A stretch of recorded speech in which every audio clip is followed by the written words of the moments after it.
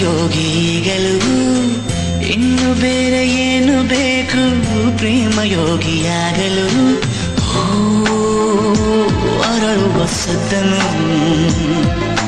ನಿನ್ನ ನಗೆಯಲ್ಲಿ ಕೇಳಬಲ್ಲೆ ನನ್ನ ಏಕಾಂತವನ್ನು ತಿದ್ದಿಕೊಡು ನೀನೀಗ ನಿಂತಲ್ಲೇ ನಾನೇನೇ ಅಂದರು ನನಗಿಂತ ಚೂಟಿ ನೀನು ತುಟಿಯಲ್ಲಿಯೇ ಮುಚ್ಚಿಟ್ಟುಕೋ ಮುತ್ತೊಂದನು ಕದಿಯುವ ಮುನ್ನವೇ ಪರವಶನಾದೆನು